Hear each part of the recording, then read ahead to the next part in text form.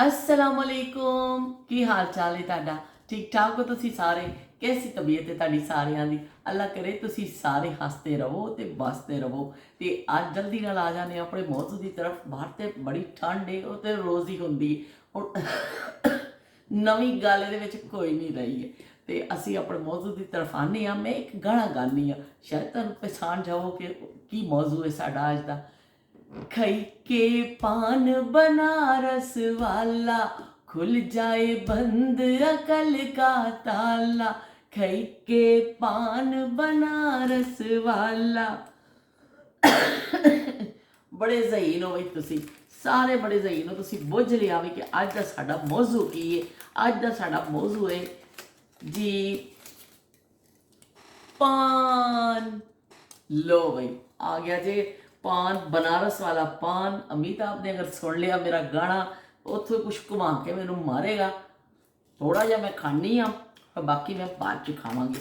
असी कल गए इस तरह ही बाहर निकले तो पान का बन गया कि चलो भी पान खाने हैं। तो फिर पान असी लै लियो, तो दो ले मैं, और एक तो रात में ही खा लिया, एक बार रख लिया मैं को सुबह खावांगी।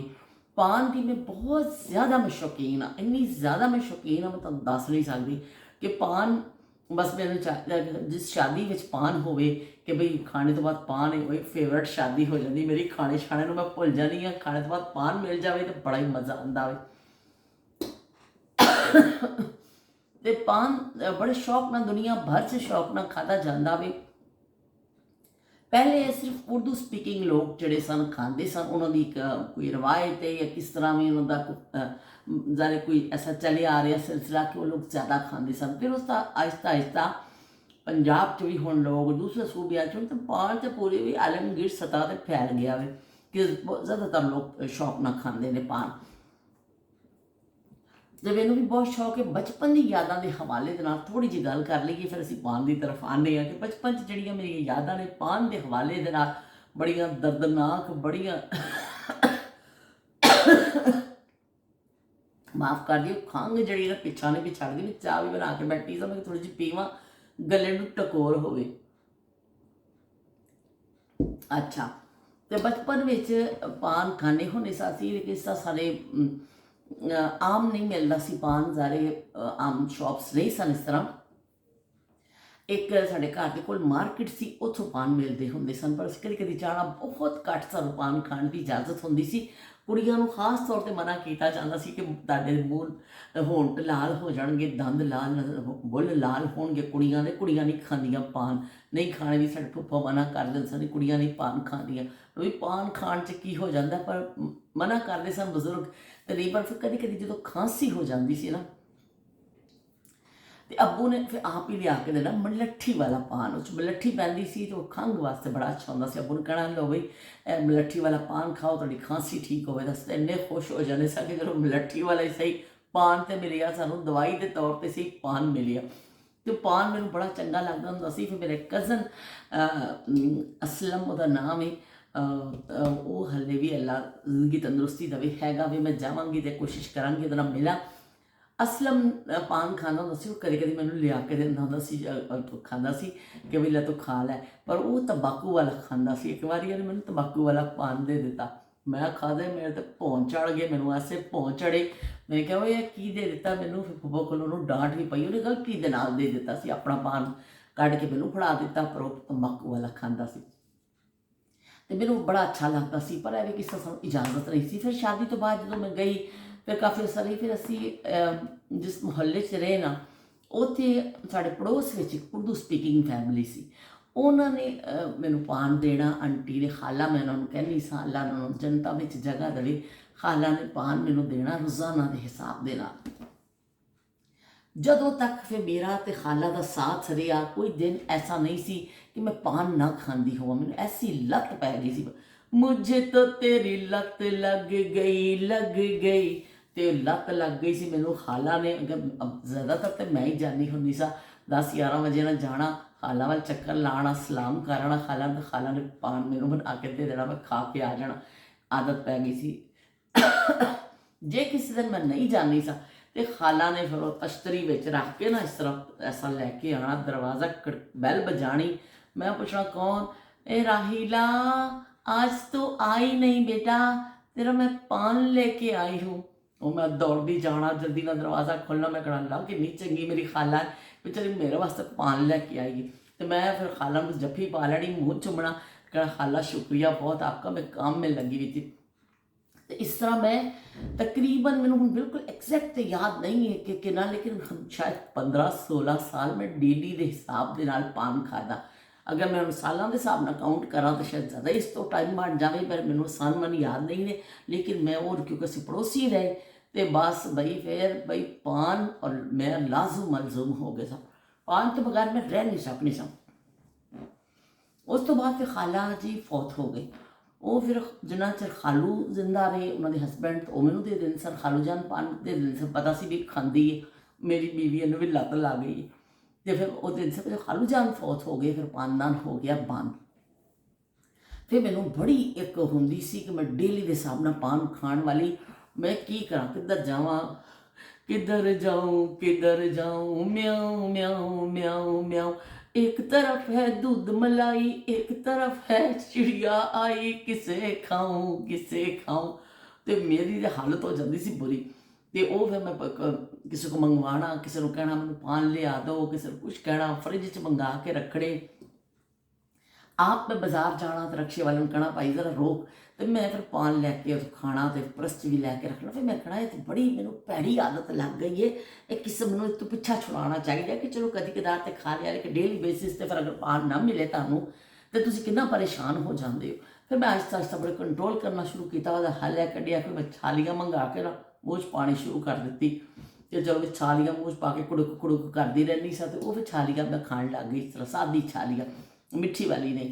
इस तरह करके आहिस्ता आहिस्ता मैं आदत अपनी जी ख़त्म की उस तरह के डेली के हिसाब वाली जड़ी। पर है कि वो कहते ने छुटती नहीं है मुँह से ये काफर लगी हुई, और लग जाए कोई शायद कितों छुटती। पर हाले भी मैं जिथे पान देखनी हाँ बस उत्ते ही लग जांदियां ने ब्रेकां, ऐसा ब्रेक लग जाती मेरे पैरों को, कहनी पान खा लवां। तो पान मेरा बड़ा फेवरेट है। तो पान हुण तो बहुत सारे लोग शौक नाल खांदे ने। शादियां ब्याहां च लोग शाम को तफरी करन जाते हैं, किते बाहर घूमन फिरन निकले, चलो भी पान खा लीजिए, होर कुछ नहीं पान खा लो। तो हुण तो खैर बहुत बड़ी तादाद च पान खादा जांदा। माफ़ी चाहनी है, खांसी मेरी ख़त्म नहीं होके दे रही। तो पान मैनू जो भी मिल जाता है फिर मैं खुश हो जाती, पर मैं सादा पान खानी हाँ। सादा सौंफ विच होंदी है ते नाल जिहड़ा छालिया, ਉਹਦੇ ਵਿੱਚ मैं गुलकंद वगैरह नहीं पाती कि फिर मैनू पान वो मिठा मिठा जिहा लगदा। मेरा पान हमेशा सादा पान हुंदा है, सादा छालिया ज़्यादा। छालिया देख लो कितनी ज़्यादा मैं पवानी हाँ, ते सादा छालिया ज़्यादा। तो हैदराबाद साढ़े एक गुलाब पान हाउस से बहुत ज़बरदस्त उन्हों का पान हुंदा, इन्ना अच्छा पान है कि बहुत घट इस तरह के पान मिलते हैं। यानी कि मैं साडा शहर है तो मैं तारीफ कर रही हूँ, बाकी मैं अगर हैदराबाद गई ना तो मैं गुलाब पान हाउस भी तुहानूं दिखावांगी, बहुत चलदा वे। और वो पान बड़े अच्छे होंगे ने, मिठा, और उन्होंने बना के रखे होंगे ने, खोपरा विच पाया, तो बहुत अच्छा पान हुंदा, खांदे हो ना तुहानूं मज़ा आंदा। तो वो गुलाब पान हाउस का भी फिर पान जो असीं कदी शहर जाइए तो जरूर लैने कि भी अज इस तरफ आए हैं, स्पैशली लैन तो नहीं जाते, जिस दिन उस पासे जाइए ना तो फिर असी वो पान जरूर लैके खाने। तो पीली पत्ती ते लाची वाला पान खाओगे, पीली पत्ती ते लाची वाला पान खाओगे, मेरे हाथ दा पान जे खादा घर दा राह भुल जाओगे, पीली पत्ती ते लाची वाला पान खाओगे। मैं अपने फोन का जड़ा है ना कवर ਉਹਦੀ ਵੀ ਤਸ਼ਤਰੀ ਬਣਾ ਲਈ ਖਾਲਾ ਵੰਗਰ। तो गुलाब पान हाउस जो असी शहर जाइए हीराबाद में उदो शॉप है, बड़े जबरदस्त वो पान होंगे ने। फिर असी कभी जाइए तो, और रक्शे वाला तो अक्सर मैं हैरान होकर देखता है, मैं कभी अभी 8 नंबर करीबी मार्केट से भी जावा ना तो रस्ते च पान वाला खोखा आंदा, तो मैं फिर उन्होंने रक्शे में कहनी भाई जरा 1 मिनट रोकना, या तो फिर उन्हें पैसे देनी है कि जब मैंने पान लिया दे उतो सादा, तो या फिर मैं आप उतर के जानी हाँ। तो वो फिर पान वाले हैरान होंगे ने, देखो भी एक पान वास्ते कितनी परेशान होई है। पर है कि वो आदत जी पै जाती है ना कि पान मेरा बड़ा फेवरेट है। असी लंदन भी गए जो पिछली दफ़ा पिछले साल गए हैं, ਤੇ ਆਨੰਦ ਪਾਨ ਹਾਊਸ ਦਾ ਅਸੀਂ ਪਾਨ ਖਾਧਾ। ਮੈਨੂੰ ਬੜਾ ਸ਼ੌਕ ਸੀ ਬੜਾ, ਕਿਉਂਕਿ ਆਨੰਦ ਪਾਨ ਹਾਊਸ ਦਾ ਨਾਮ ਹੀ ਬੜਾ ਸੁਣਿਆ ਕਿ ਉੱਥੇ ਬੜੇ ਬੜੇ ਇੰਡੀਆ ਦੇ ਐਕਟਰਸ ਆਉਂਦੇ ਨੇ, ਉਹਨਾਂ ਦੀ ਦੁਕਾਨ ਤੋਂ ਜਿਹੜੇ ਨਾ ਪਾਨ ਖਾਦੇ ਜਾਂਦੇ ਨੇ। ਤੇ ਮੈਂ ਕਿਹਾ ਵੀ ਮੈਂ ਵੀ ਜਾਣਾ ਵਾ। ਇਤਫਾਕ ਨਾਲ ਫਿਰ ਅਸੀਂ ਉੱਥੇ ਗਏ ਜਦੋਂ ਗ੍ਰੀਨ ਸਟਰੀਟ 'ਤੇ। ਤਾਂ ਉੱਥੇ ਫਿਰ ਅਸੀਂ ਉਹਨਾਂ ਦੇ ਆਨੰਦ ਪਾਨ ਹਾਊਸ 'ਤੇ ਵੀ ਗਏ ਔਰ ਪਾਨ ਖਾਧਾ ਉਹਨਾਂ ਦਾ। ਔਰ ਬੜੀ ਤਸਵੀਰਾਂ ਵੀ ਉਹਨਾਂ ਨੇ ਲਾਈਆਂ ਸਨ ਮੁਖਤਲਿਫ ਅਦਾਕਾਰਾਂ ਦੇ ਨਾਲ। ਤਾਂ ਬੜਾ ਅੱਛਾ ਉਹਨਾਂ ਦਾ ਵੀ ਪਾਨ ਮੈਨੂੰ ਬਹੁਤ ਅੱਛਾ ਲੱਗਿਆ। ਬਹੁਤ ਅੱਛਾ ਪਾਨ ਹੈ, ਜਿਹਦੀ ਮੈਂ ਤਾਰੀਫ ਸੁਣੀ ਸੀ ਨਾ ਉਸ ਹਿਸਾਬ ਨਾਲ ਅੱਛਾ ਪਾਨ ਸੀ। ਉਸੇ ਤਰ੍ਹਾਂ ਬਾਅਦ ਉਸੇ ਤਾਰੀਫ ਉੱਚੀ ਦੁਕਾਨ ਫੀਕਾ ਪਕਵਾਨ ਨਿਕਲ ਆਉਂਦਾ ਕਿ ਤੁਸੀਂ ਬੜੀ ਤਾਰੀਫਾਂ ਸੁਣਦੇ ਹੋ, ਉਹ ਜਦੋਂ ਤੁਸੀਂ ਜਾਂਦੇ ਹੋ ਕੱਖ ਕੰਡਾ ਨਹੀਂ ਅੰਦਰੋਂ ਨਿਕਲਦਾ, ਉਹ ਐਸਾ ਹੀ ਚੀਜ਼ ਤੁਹਾਡੇ ਪੈਸੇ ਹੀ ਜ਼ਾਇਆ ਜਾਂਦੇ।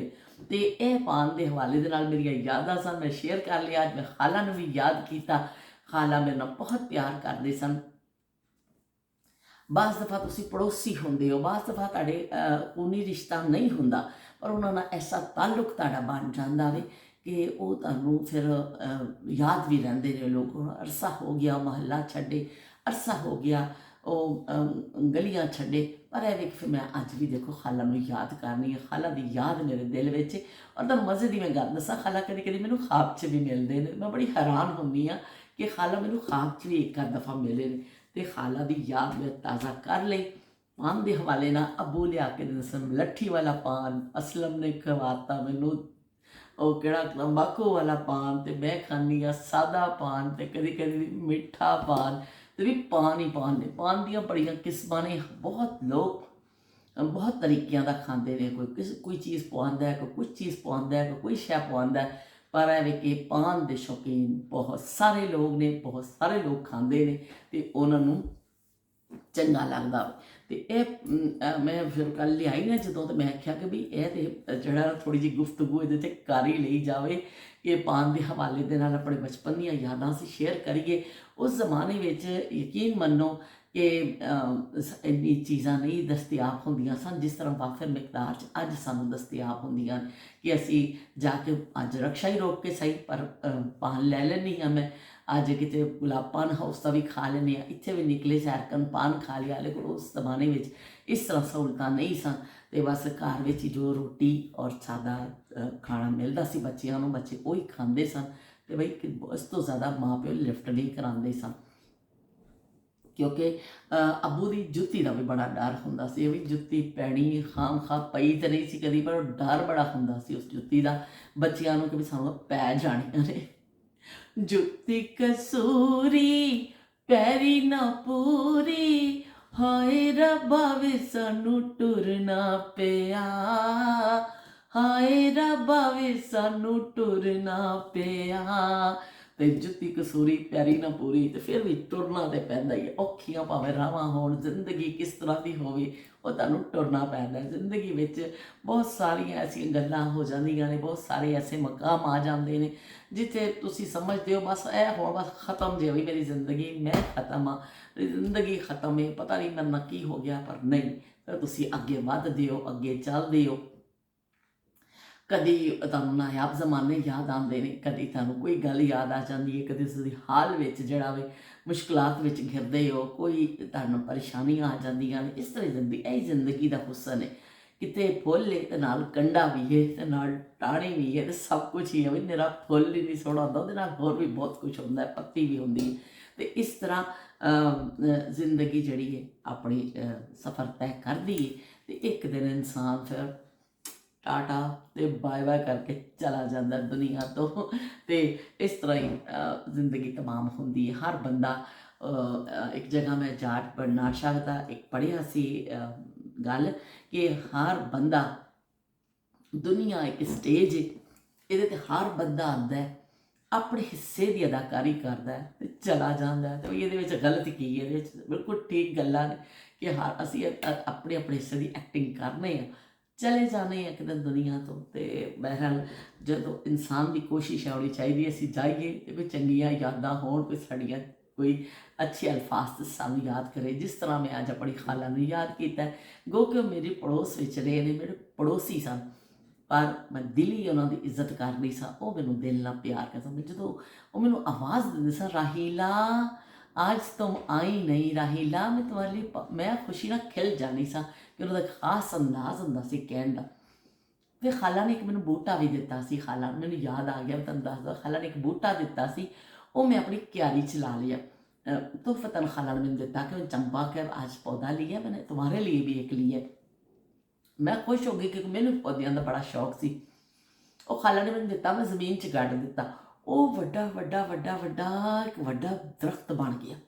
ਉਹ ਖਾਲਾ ਤੇ ਚਲੇ ਗਏ ਦੁਨੀਆ ਤੋਂ, ਪਰ ਉਹ ਇੰਨਾ ਬੜਾ ਦਰਖਤ ਬਣ ਗਿਆ ਕਿ ਉਹ ਮੇਰੇ ਘਰ ਵਿੱਚ, ਹਾਲਾਂਕਿ ਕਿਆਰੀ ਛੋਟੀ ਜਿਹੀ ਸੀ, ਉਹ ਬਾਹਰ ਗਲੀ ਵੱਲ ਨੂੰ ਨਿਕਲ ਗਿਆ, ਪਰ ਉਹ ਯਾਦਾਂ ਸਨ ਖਾਲਾ ਦੀਆਂ। ਮੈਨੂੰ ਕੱਟਣ ਨਹੀਂ ਦੇਣੀ ਸਾਂ। ਮੈਂ ਜਦੋਂ ਵੀ ਕਦੀ ਇਹਨਾਂ ਨੂੰ ਕਹਿਣਾ ਕਿ ਕਲਰ ਸ਼ਲਰ ਕਰਾਉਣਾ ਹੈ, ਕੀ ਬਾਹਰ ਨੂੰ ਬੇਤੁਕਾ ਜਿਹਾ ਨਿਕਲਿਆ ਹੋਇਆ, ਮੈਂ ਕਹਿੰਦਾ ਨਹੀਂ ਰਹਿਣ ਦਿਓ, ਖਾਲਾ ਦੀ ਯਾਦ ਹੈ ਅਤੇ ਤੁਸੀਂ ਰਹਿਣ ਦਿਓ। ਅਤੇ ਉਹ ਫਿਰ ਕੱਟਣ ਨਹੀਂ ਮੈਂ ਦਿੱਤਾ ਉਹਨੂੰ, ਬਸ ਬਾਹਰ ਵੱਲ ਨੂੰ ਨਿਕਲ ਗਿਆ, ਕਿਆਰੀ ਤੋਂ ਉਤਰ ਕੇ ਦੀਵਾਰ ਤੋਂ ਬਾਹਰ ਵੱਲ ਨੂੰ ਹੋ ਗਿਆ। ਪਰ ਹੁਣ ਪਤਾ ਨਹੀਂ ਉਹ ਦਰਖਤ ਉੱਥੇ ਬਚਿਆ ਕਿ ਨਹੀਂ ਬਚਿਆ। ਹੁਣ ਤਾਂ ਅਰਸਾ ਹੋ ਗਿਆ ਮੈਨੂੰ ਉੱਥੋਂ ਆਏ ਹੋਏ। ਹੁਣ ਮੈਂ ਜਾਵਾਂਗੀ ਪਾਕਿਸਤਾਨ, ਫਿਰ ਮੈਂ ਦੇਖਾਂਗੀ ਸ਼ਾਇਦ ਉਹ ਦਰਖਤ ਹੋਵੇ ਉੱਥੇ। ਬਹਰਹਾਲ ਉੱਥੇ ਹੋਵੇ ਨਾ ਹੋਵੇ, ਖਾਲਾ ਦੀ ਯਾਦ ਮੇਰੇ ਦਿਲ 'ਚ ਉਸੇ ਤਰ੍ਹਾਂ ਹੀ ਜਵਾਨ ਹੈ, ਭਰਪੂਰ ਅਤੇ ਪਿਆਰੀ। ਅਤੇ ਫਿਰ ਮੇਰੇ ਲਈ ਗੱਲ ਮੇਰੀ ਹਮੇਸ਼ਾ ਲੰਬੀ ਹੋ ਜਾਂਦੀ ਹੈ। ਪਰ ਫਿਰ ਮੈਂ ਕੀ ਕਰਾਂ, ਜਦੋਂ ਮੈਂ ਬਚਪਨ ਦੀਆਂ ਯਾਦਾਂ ਜਾਂ ਆਪਣੀ ਪੁਰਾਣੀਆਂ ਗੱਲਾਂ ਯਾਦ ਕਰ ਰਹੀ ਹਾਂ, ਮੈਂ ਇਖਤਿਆਰ ਨਹੀਂ ਰਹਿੰਦਾ। ਮੈਨੂੰ ਲੱਗਦਾ ਮੈਂ ਉਸੇ ਦੌਰ 'ਚ ਵਾਪਸ ਆ ਗਈ ਹਾਂ। ਮੈਂ ਉਹ ਉਸ ਜ਼ਮਾਨੇ 'ਚ ਪਹੁੰਚ ਜਾਂਦੀ ਹਾਂ। ਫਿਰ ਬਸ ਮੇਰੀ ਇਸ ਤਰ੍ਹਾਂ ਹੋ ਜਾਂਦਾ, ਅੰਦਰੋਂ ਮੈਂ ਖਿਲ ਜਾਂਦੀ ਹਾਂ, ਕਿਉਂਕਿ ਬਚਪਨ ਐਸਾ ਵੇ ਕਿ ਮੁਸਕਰਾਹਟਾਂ ਵਾਲਾ ਹੁੰਦਾ ਹੈ, ਖਿਲਖਿਲਾਉਣ ਵਾਲਾ ਦੌਰ ਹੁੰਦਾ ਤੁਹਾਡੀ ਜ਼ਿੰਦਗੀ ਦਾ, ਅਤੇ ਬਹੁਤ ਸਾਰੀਆਂ ਯਾਦਾਂ ਉਹਦੇ ਨਾਲ ਵਾਬਸਤਾ ਹੁੰਦੀਆਂ ਨੇ, ਕਿਉਂਕਿ ਤੁਹਾਡਾ ਬੜਾ ਨੈਚੁਰਲ ਦੌਰ ਹੁੰਦਾ ਤੁਹਾਡੀ ਜ਼ਿੰਦਗੀ ਦਾ। ਉਹ 'ਚ ਕੋਈ ਮਿਲਾਵਟ ਨਹੀਂ ਹੁੰਦੀ, ਕੋਈ ਉਹਦੇ ਵਿੱਚ ਬਨਾਵਟ ਨਹੀਂ ਹੁੰਦੀ, ਕੋਈ ਉਹਦੇ ਵਿੱਚ ਤਸੰਨੁ ਨਹੀਂ ਹੁੰਦੀ। ਸਿਰਫ ਜੋ ਹੁੰਦਾ ਸੱਚਾ ਸੱਚਾ ਹੁੰਦਾ, ਸੱਚੀਆਂ ਸੱਚੀਆਂ ਗੱਲਾਂ ਅਤੇ ਸੱਚੀਆਂ ਸੱਚੀਆਂ ਬਾਤਾਂ। ਅਤੇ ਹੁਣ ਮੈਂ ਵੱਡਾ ਸਾਰਾ ਪਾਨ ਹੈ, ਇਹਨੂੰ ਐਸਾ ਫੜ ਕੇ ਮੂੰਹ 'ਚ ਪਾਵਾਂਗੇ, ਕਰਕੇ ਖਾਂਦੀ ਰਹਾਂਗੀ, ਘੰਟਾ ਕੁ ਤੇ ਮੈਂ ਚਬਾਵਾਂਗੀ ਇਹਨੂੰ। ਅਤੇ ਫਿਰ ਮਿਲਦੇ ਹਾਂ ਇੱਕ ਨਵੀਂ ਯਾਦ ਦੇ ਨਾਲ, ਨਵੀਂ ਗੱਲ ਦੇ ਨਾਲ। ਅੱਲਾ ਹਾਫਿਜ਼ ਤੇ ਰੱਬ ਰਾਖਾ।